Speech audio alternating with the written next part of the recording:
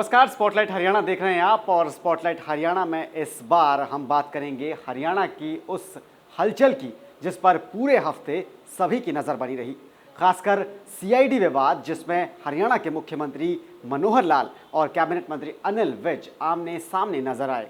तकरार बढ़ी, बयानबाजी बढ़ी, राजनीति भी जमकर हुई और आखिरकार मंत्रालयों में, विभागों में बदलाव किया गया।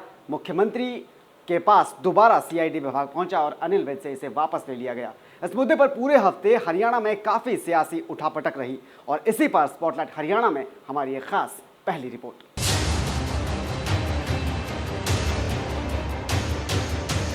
सीआईडी का महकमा गृह मंत्री के पास रहे या सीएम के पास, इस विवाद ने पिछले 2 सप्ताह से खबरों की सुर्खियों में जगह बनाए रखी। मीडिया को जमकर गॉसिप करने का मौका मिला। विपक्ष ने भी इस मसले को लेकर सरकार पर निशाना साधा। बहरहाल इस सप्ताह इस मसले का पटाक्षेप हो गया। फिलहाल कहा तो यही जा सकता है, आला कमान के हस्तक्षेप के बाद अब ये तय हो गया है कि अनिल विज गृह मंत्री तो रहेंगे, लेकिन सीआईडी विभाग मुख्यमंत्री मनोहर लाल खट्टर के पास रहेगा। बुधवार देर रात प्रदेश की मुख्य सचिव ने इस आशय की अधिसूचना भी जारी कर दी। खैर, अनिल विज की इज्जत का भी ख्याल रखा गया है।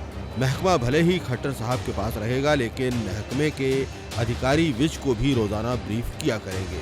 अनिल विज का भी कहना है कि उनका एतराज भी यही था कि उन्हें सीआईडी के अधिकारी बार बार ताकीद करने के बाद भी निजी तौर पर मिलकर ब्रीफ नहीं कर रहे थे। उनका तर्क था कि जब तक उन्हें प्रदेश से जुड़ी खुफिया जानकारियां नहीं मिलेंगी, वे गृह मंत्री के नाते अपना काम उतनी दक्षता से नहीं कर पाएंगे जितनी दक्षता के साथ उन्हें करना चाहिए। नहीं, मुख्यमंत्री जो present parliamentary system of democracy है उसमें सर्वे सर्वा है, सुप्रीम है। वो बिना किसी कानून में कोई तब्दीली किए बगैर भी किसी भी विभाग के अधिकारी से कोई भी जानकारी ले सकता है और ऐसे लिए भी जाते हैं। आदेश भी दे सकता है, ऐसे दिए भी जाते हैं। ऐसी पहले भी सिस्टम रहा है, देते हैं मुख्यमंत्री, तो ऐसी तो कोई नई बात नहीं है। अनिल विज ये भी कहते रहे हैं कि सीएम सुप्रीम है, वे कोई भी विभाग किसी भी मंत्री को दे सकते हैं या वापस ले सकते हैं। विज के मुताबिक उनका विरोध सिद्धांतों पर आधारित था। उन्होंने कहा था कि सीआईडी के बिना गृह मंत्रालय बिना आंख, नाक और कान वाले व्यक्ति की तरह है। अब जब डेली ब्रीफिंग उन्हें मिलने लगी है तो उन्होंने भी इस मामले को ज्यादा तूल न देने का मन बना लिया लगता है। हालांकि ये ब्रीफिंग उन्हें नियमित तौर पर होती रहेगी या नहीं, ये देखने वाली बात होगी। मैंने तो हमेशा कहा है कि मुख्यमंत्री जी सुप्रीम हैं, वो जिसको चाहें जो विभाग दे सकते हैं। मैंने तो कभी इतराज़ नहीं किया। मेरी तो केवल इतनी बात थी कि जब तक मैं गृह मंत्री हूँ तो सीआईडी डिपार्टमेंट मुझे ब्रीफिंग करे, और कल से उन्होंने करनी शुरू कर दी। मैं सेटिस्फाइड हूँ। रहेगा सीआईडी अगर बिना गृह मंत्रालय ब्रीफिंग शुरू कर दी तो वो सफिशिएंट है। सर है किसी के पास, मेरा कभी ये क्वेश्चन नहीं था। हाईकमान किसी के पास रहे, मुख्यमंत्री सुप्रीम है। मैंने हमेशा कहा है, आप मेरे सारे बयान उठाकर देख लो, मैंने हमेशा ये बात कही है कि मुख्यमंत्री सुप्रीम है, वो जब चाहे किसी को डिपार्टमेंट दे सकते हैं, जब चाहे ले सकते हैं। सर, हाईकमान के इंटरव्यू के बाद ये पॉसिबल हो पाया? नहीं, मुझे तो पता नहीं, मैं तो कल यहीं था। इस पूरे प्रकरण ने ये भी साफ कर दिया है कि प्रदेश सरकार पर अब मुख्यमंत्री की पकड़ पूरी तरह से कायम है। आला कमान से भी वो अपनी बात मनवाने में कामयाब रहे हैं। इस विवाद के चलते सरकार विपक्ष के भी निशाने पर थी। विपक्ष का आरोप था कि सरकार को आपसी मसलों से ही फुर्सत नहीं है। देखिए, राजनीति की तो बाद में बात करूंगा, लेकिन जो डेफिनेशन आई थी मेरे मित्र विद साहब की तरफ से कि होम विभाग में अगर सीआईडी ना हो तो इसका मतलब आंख और कान ही नहीं, तो उनके पास तो बगैर आंख कान का विभाग रह गया। तो जिस विभाग का आंख कान नहीं और जो होम इनके पास रह गया, आंख कान तो चले गई मुख्यमंत्री के पास और पैर और हाथ रह गए इनके पास। तो क्रिपल्ड गवर्नमेंट जिसको कहते हैं। अनिल विज भले ही सीएम को सुप्रीम कहते रहे हैं, पर इससे इनकार नहीं किया जा सकता कि दोनों नेताओं के अहम पहले भी आपस में टकराते रहे हैं और भविष्य में भी इस तरह की स्थिति के बने रहने की संभावना से इनकार नहीं किया जा सकता। आलाकमान इस मामले में बीच का रास्ता निकालने में सफल हो गया है। उम्मीद की जा सकती है कि यह प्रयास स्थायी साबित होगा।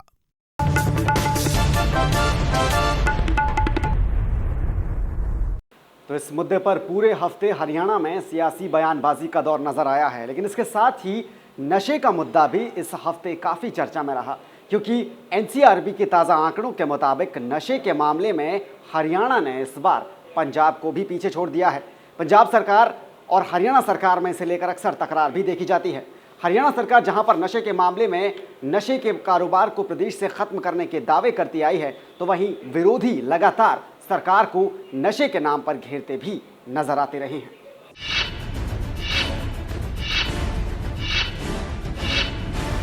दूध दही के खाने वाला हरियाणा नशे की गिरफ्त में कैद होता जा रहा है।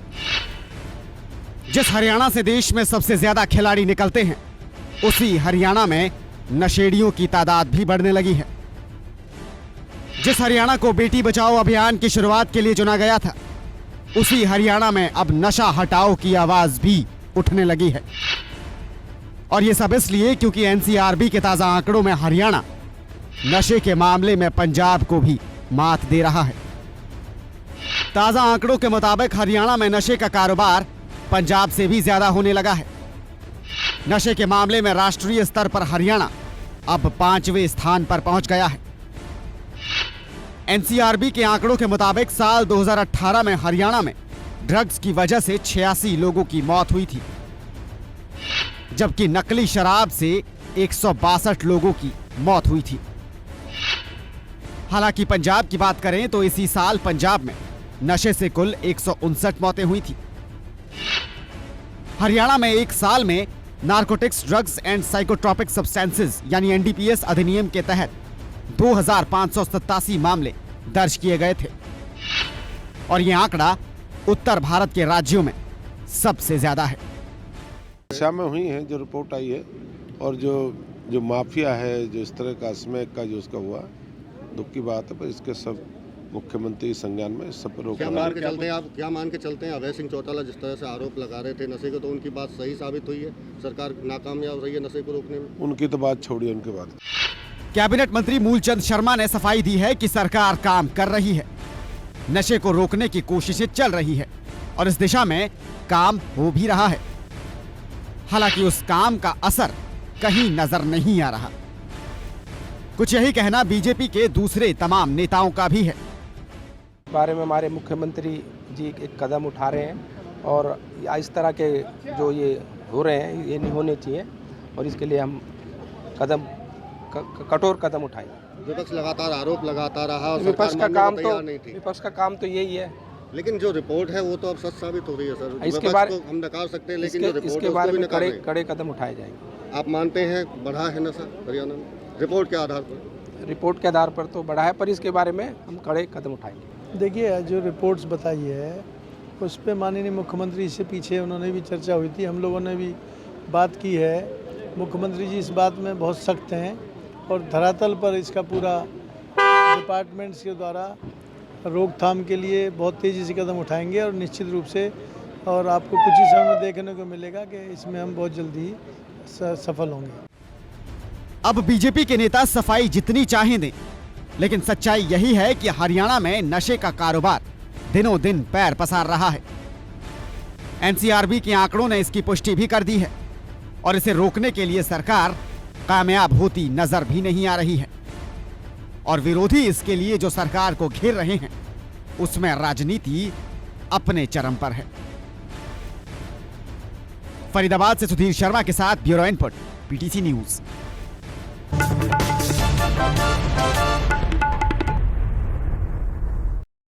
और नशे के अलावा स्वास्थ्य का मुद्दा भी इन दिनों हरियाणा में खूब चर्चा में है। खासतौर से गुरुग्राम के सिविल अस्पताल की हालत को लेकर चर्चा लगातार बनी हुई है। गुरुग्राम में नए सिविल अस्पताल के निर्माण में हो रही देरी और पुराने अस्पताल में मरीजों की बढ़ रही तादाद की वजह से यहां पर मरीजों को खासी परेशानियों का सामना करना पड़ रहा है, और इस मुद्दे को लेकर विरोधी भी लगातार सरकार को घेरने में जुटे हैं।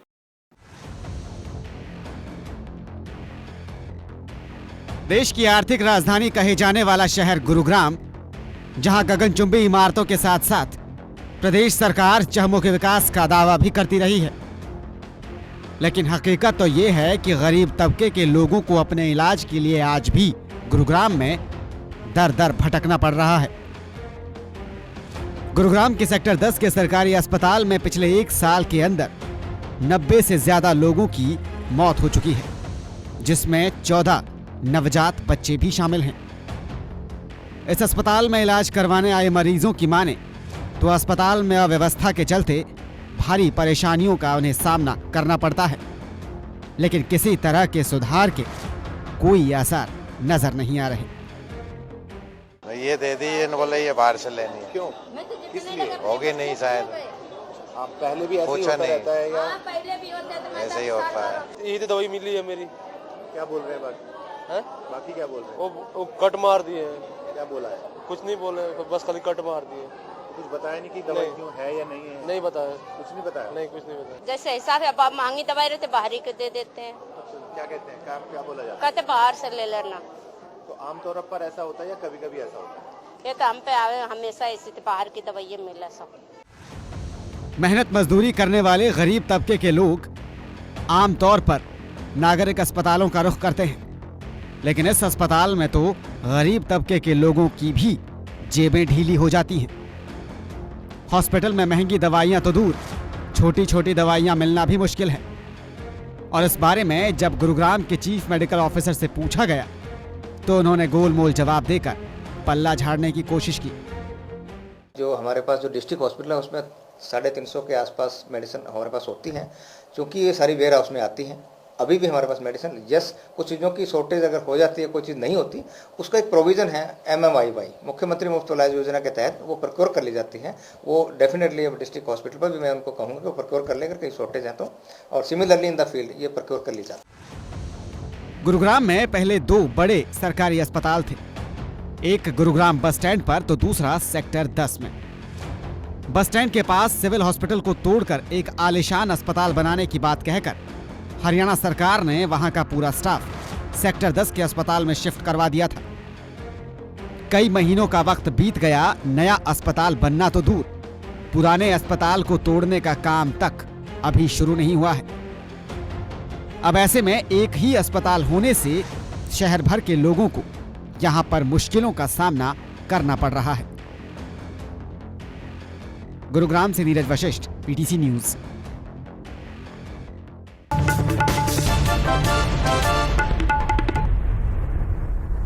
और अब बात उस भ्रष्टाचार की करेंगे जिसे खत्म करने के दावे लेकर मनोहर सरकार एक बार फिर सत्ता में आई थी।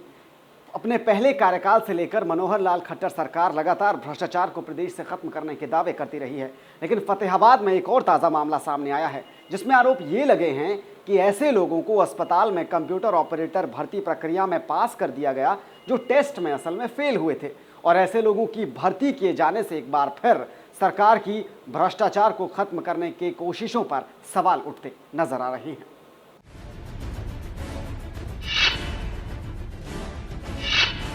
भ्रष्टाचार से लड़ाई, सरकारी सिस्टम में पारदर्शिता, बेरोजगारों को रोजगार और व्यवस्था में सुधार, ये सारे वो अल्फाज हैं जिन्हें सुनते सुनाते हरियाणा सरकार दोबारा सत्ता में आई थी। लेकिन फतेहाबाद में आए दिन सामने आ रहे भ्रष्टाचार के मामले इन अल्फाजों की सच्चाई पर सवाल उठा रहे हैं। ऐसा इसलिए क्योंकि फतेहाबाद में स्वास्थ्य महकमे में भ्रष्टाचार के एक और मामले के आरोप लगे हैं। आरोप है कि नियमों को ताक पर रखकर यहां टाइपिंग टेस्ट में फेल हुए लोगों को नौकरी पर रख दिया गया, यानी जो लोग काबिल नहीं थे उन्हें जबरदस्ती काबिल बनाकर सरकारी सिस्टम में तथाकथित रूप से एडजस्ट कर दिया गया। यहाँ जो सिविल हॉस्पिटल में जो कर्मचारी भर्ती है उसमें भ्रष्टाचार हुआ है, और उसी का हमने आज एक और सबूत डीसी साहब को दिया है कि इसमें यह है कि जो कर्मचारी रखे गए थे कंप्यूटर ऑपरेटर, उनका SMO ने वहाँ पे टेस्ट लिया 1 जुलाई में, तो उसमें उन कर्मचारियों ने जो ऑपरेटर भेजे उन्होंने खुद ने लिख के दिया है कि हमें हिंदी टाइपिंग नहीं आती है। तो SMO ने उसका लेटर बना के एक फर्म को और CMO साहब को भेजा कि इन कर्मचारियों को हिंदी नहीं आती है, ये खुद अयोग्य खुद को बता रहे हैं, तो इनकी जगह दूसरे भेजे जाए। लेकिन उसके बाद भी ना तो CMO साहब ने कुछ कार्रवाई की उनको बदलने की, ना फर्म ने उनको बदला। इस पूरे केस का खुलासा खुद सिविल अस्पताल के SMO ने किया है। अस्पताल में रखे गए कंप्यूटर ऑपरेटरों का 9 जुलाई 2019 को टेस्ट हुआ था, लेकिन आरोप है कि उस टेस्ट में जो अभ्यर्थी पास नहीं हुए उन्हें भी अस्पताल में इन पदों पर नियुक्त कर दिया गया। आरोप है कि इस भर्ती में सभी तरह के नियमों को ताक पर रखा गया। अस्पताल से हटाए गए कुछ कर्मचारियों ने भी इस मामले का खुलासा किया है और इन आरोपों के साथ ये कर्मचारी उपायुक्त से भी मिले हैं। इसे हम जांच कराएंगे, इसकी सीएम साहब से उनका जवाब लेंगे, वो क्या कहते हैं, क्या लिख के देते हैं, उसके बाद फर्दर कार्रवाई की जाएगी। जो भी प्रोसेस है पहले तो उन्हीं से उनका वर्जन लिया जाएगा, नहीं तो फिर एसडीएम को जांच सौंपी जाएगी। फतेहाबाद के उपायुक्त ने इस मामले में अब जांच की बात कही है। उन्होंने कहा कि इससे पहले भी भ्रष्टाचार का मामला सामने आ चुका है और डिप्टी सिविल सर्जन के खिलाफ केस भी दर्ज हो चुका है। साथ ही विभागीय जांच भी जारी है। उपायुक्त ने दावा किया है कि इस मामले में भी जल्द ही जांच की जाएगी। फतेहाबाद से साहिल रुखाया, पीटीसी न्यूज।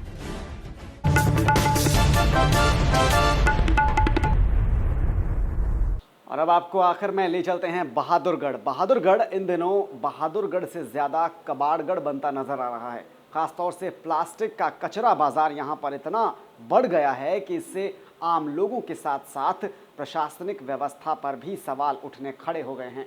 लगातार लोग इसके खिलाफ शिकायत भी कर रहे हैं, लेकिन किसी तरह की कार्रवाई होती नजर नहीं आ रही है। बहादुरगढ़ से ये खास रिपोर्ट।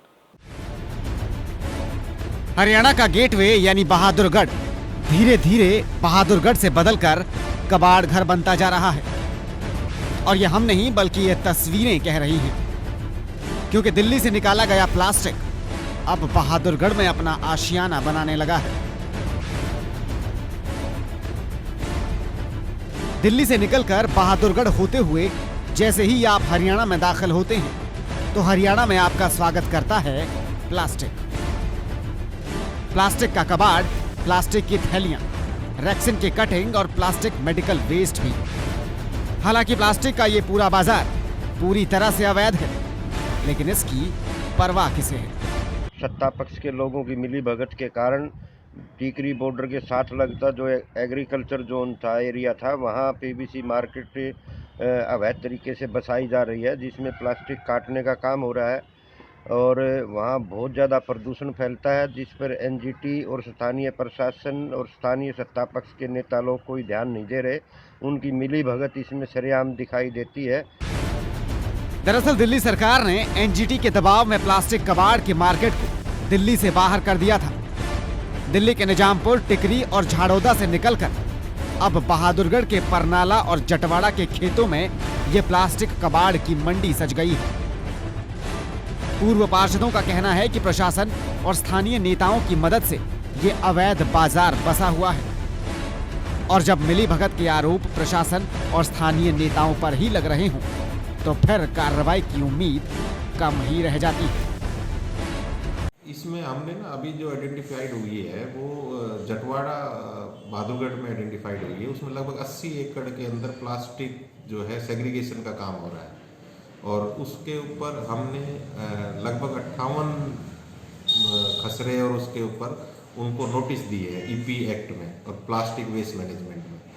अगर ये अभी इनको 15 दिन का टाइम दिया है, 15 दिन में अगर ये कोई जवाब दे देते हैं तो ठीक है, नहीं तो इनके खिलाफ जो है एनवायरनमेंट कोर्ट में इनके खिलाफ केस डाला जाएगा। उसमें जो भी फैसला होगा उसके हिसाब से इनको। प्रदूषण नियंत्रण विभाग ने जटवाड़ा के 58 किसानों को प्लास्टिक वेस्ट मैनेजमेंट नियमों के तहत नोटिस जारी कर रखे हैं। अब इनके खिलाफ फरीदाबाद की पर्यावरण अदालत में केस दायर करने की तरफ भी विभाग आगे बढ़ रहा है। वहीं नगर परिषद ने अवैध पीवीसी मार्केट हटाने के लिए एसडीएम की कोर्ट का दरवाजा भी खटखटा दिया है। 12 केस इसके लिए एसडीएम कोर्ट में लगाए गए हैं, लेकिन इस सब के बावजूद ये प्लास्टिक का बाजार लोगों के और प्रशासन के लिए बड़ी मुश्किल का सबब बनता जा रहा है। बहादुरगढ़ से प्रदीप धनखड़, पीटीसी न्यूज।